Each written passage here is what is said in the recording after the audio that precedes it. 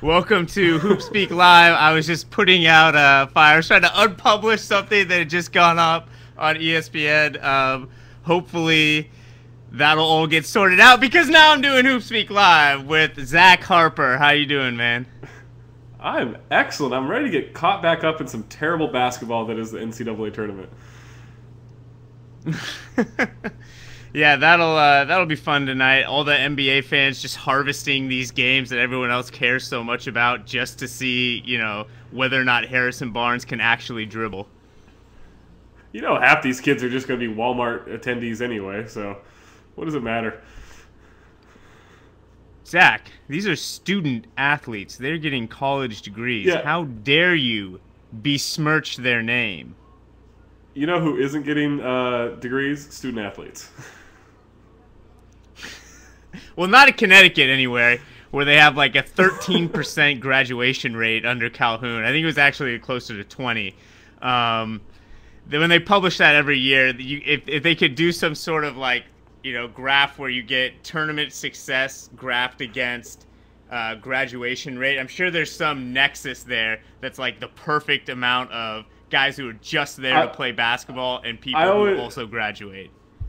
I always imagine that the Celebrity Jeopardy sketch where Norm Macdonald is Burt Reynolds and he comes up to him for Final Jeopardy. He goes, "I didn't write anything," and he's like, "Good man," because he didn't want to have his time wasted. I imagine that's just Bob Huggins every time they ask him, "How many students did you graduate this year off your team?" Yeah, just imagine they walk up to him and say, "I didn't graduate anybody," and then they just say, "All right, moving on." Yeah, speaking of college players who may not make it in the real world, Jimmer Fredette is having quite the struggle at the NBA level, not looking like much of a player. This actually happened to me last night. It was pretty funny. I went and played basketball with some people I haven't played with since, I guess, the fall. And they used to I played with them like all summer, like in March, and then like through the fall. And they never learned my real name. The only white guy who plays there. And they always just called me Jimmer because I shoot a lot. And yeah, you do. I went back there and they all recognized, like, "Hey, Jimmer!" I was like, "You can't call me that anymore because he is awful." And they're like, "Okay, we'll call you College Jimmer." And I'm like, "All right, I'll take that. That's great." But like being called Jimmer is no longer a good thing for like the white guy on the court to be called. The guy is embarrassing. Give it 4 years, and he is going to be an actual, serviceable, good player. He is lost on that. That team is where passing goes to die. It is just the worst passing team. I know they've been a little bit better lately since Keith Smart, basically turned them all into Al Jefferson, realizing, hey, if you pass the ball, it might come back to you.